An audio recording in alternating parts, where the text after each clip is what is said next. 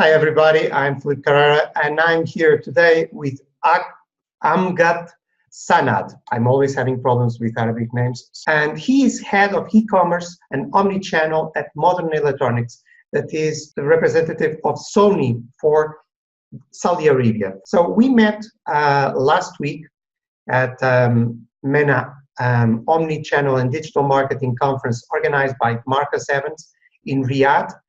And Amgad presented a wonderful case study about his own company and the omnichannel approach that they have in Saudi Arabia.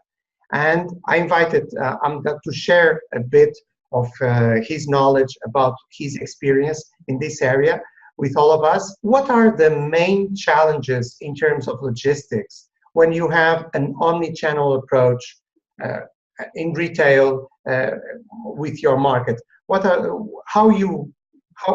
your advices in terms of logistics? Thank you for having me here. It's such a pleasure to be here and to have this discussion. It was a pleasure to meet you in the event in Riyadh, and hopefully there's a number of events that will be happening and we will see you again.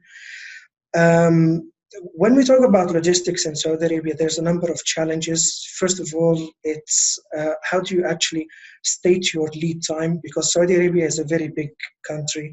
There's a lot of areas that are the main cities, and there's a lot of remote cities in Saudi Arabia. So you always have this challenge in giving an accurate number to the customer. Of course, getting the address also of the customer, the exact address, is another challenge because of the large area and large size of Saudi Arabia. It's very difficult to get a precise and exact location of the customer. The government actually has worked on a campaign to get what is known as the national address for the people in Saudi Arabia. Still, this is a project they have started this year, and it will take some time until they get the exact national address of each citizen. So one of the challenges actually is to get this and to get an accurate location. Another challenge is the accuracy of the stock. Sometimes when you have an omni-channel, it's very difficult to, especially if you have collect from store, it's very difficult to actually display the exact and accurate quantity of your stock, because you might say that the item is available while someone will pick it up and take it. So this is also one of the challenges. In your presentation, sorry to interrupt, you talked about a matrix system that you use. Yes. Can you expand on that? Yes, actually, one of the things to actually optimize that, getting your stock and to have an accurate possibility of the stock, is to use what is known as a fulfillment matrix. Now, first of all, when you have an omni-channel, it's better to have, and to give a better customer experience, it's better to have decentralized fulfillment warehouses where you don't actually have all your stock in one place. It's better to be scattered in different main cities and to have like different distribution centers.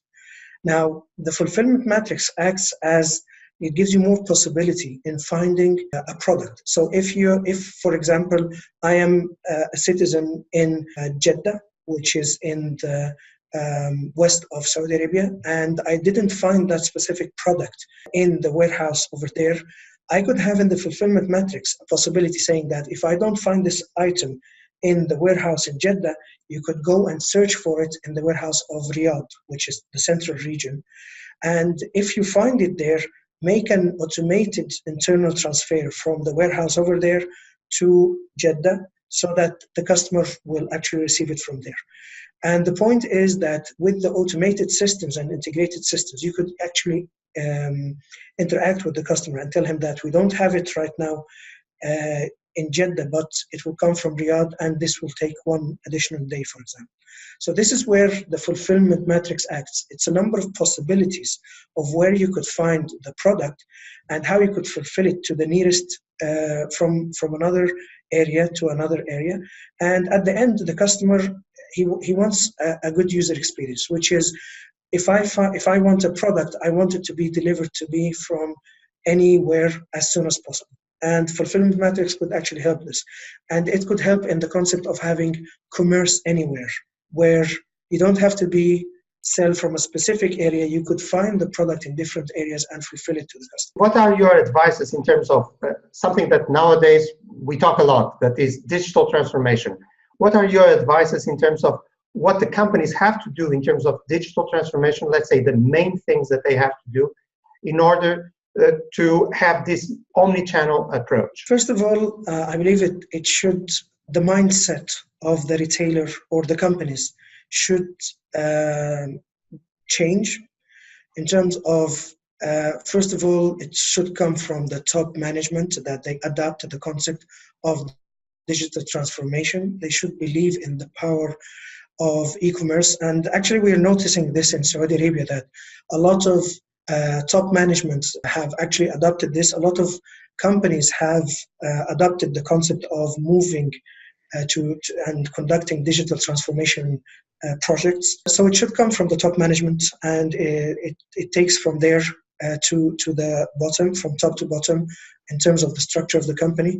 They are taking here in Saudi Arabia the lean approach, which is build, measure, and learn.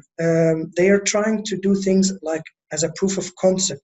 And as soon as they find and realize the benefits, they invest heavily in it. There's a lot of companies that are doing this approach, the lean approach. And there are companies that actually go with the fully fledged big investments. So you'll find many industries with different approaches, but it's like a revolution that is happening over here. So a lot of companies have actually believed in e-commerce, and because of the adoption of the government, and they have bought a very big marketplace called noon.com, a lot of people and industries have realized that this is a very important industry. And everyone now, you could find a lot of opportunities where people are moving their traditional way of doing retail and traditional way of doing business to a more digital environment and a digital ecosystem. Picking on that you are talking about Saudi Arabia, that is a market that normally is not very well known by its digital transformation. Very quickly, what is your view about the digital landscape of Saudi Arabia? Actually, one of the good things is that the revolution of e-commerce, the government itself is actually adapting this. There's a lot of very good agreements that happened with very big names, such as Amazon, where they are coming to the market over here. In addition, people are using internet and using the e-government solutions from a long time. Also, the government is trying to encourage people to go for e-commerce. In addition to many good things that have been happening this year, actually, such as, of course, the coming of Amazon. Amazon has bought Souk.com, which is one of the biggest marketplaces for the last 10 years. In addition, the infrastructure and the internet speed is getting better and better to support e-commerce. A lot of logistic companies actually came into the market, either big and enterprise logistic companies or even small companies that could help in giving the same day delivery services. There's a lot of companies, startup companies, that actually deliver in Saudi Arabia and adopt the e-commerce model. In addition, even the payments and financial institutes have opened up a little bit to have more features in terms of payment options. So, for example, we have something called MEDA. MEDA is the debit card. I mean, in the last years we had credit card, and we had also a government payment gateway called Sadad. Now they have introduced MEDA, which is the debit card, and the potential is like 29 million users are going to use MEDA as a debit card solution. Also, we have over here in Saudi Arabia cash on delivery, which is heavily used. So over here, there's a lot of people who have different options. In addition, a lot of industries are seriously taking the reward and gifting approach. So instead of having like payments, they will give you a lot of rewards. And this is like a type of payment where you could actually engage with the customer and reward him for any purchases that he's doing. Everything is moving fast. It was great to hear from you, and thank you very much for sharing. Thank you very much. It's been a pleasure, and I hope we meet again.